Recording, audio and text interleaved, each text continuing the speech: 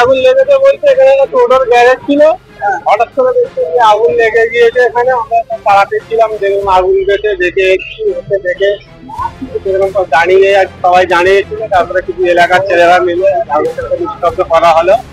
দেখা যাক এখন ফায়ার ব্রিগেড এসেছিল। এখানে একটা টোটোর গ্যারেজ ছিল।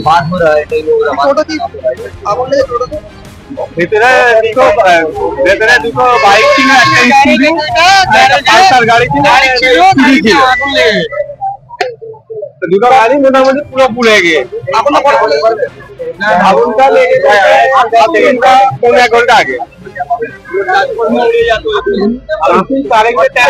ছিল।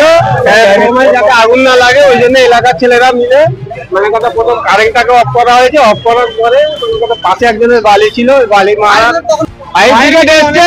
মোটামুটি আগুন থেমে যাওয়ার পরেই এসছে। আমরা তো বালি করে নিভিয়ে দিয়েছি। আমার নাম শেখ সাইদুল ইসলাম।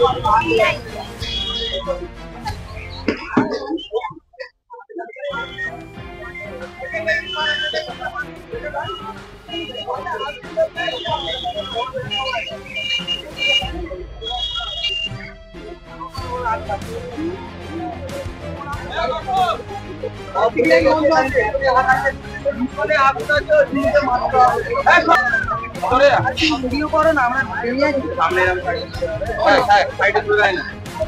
সামনে যা এটা গরম আছে।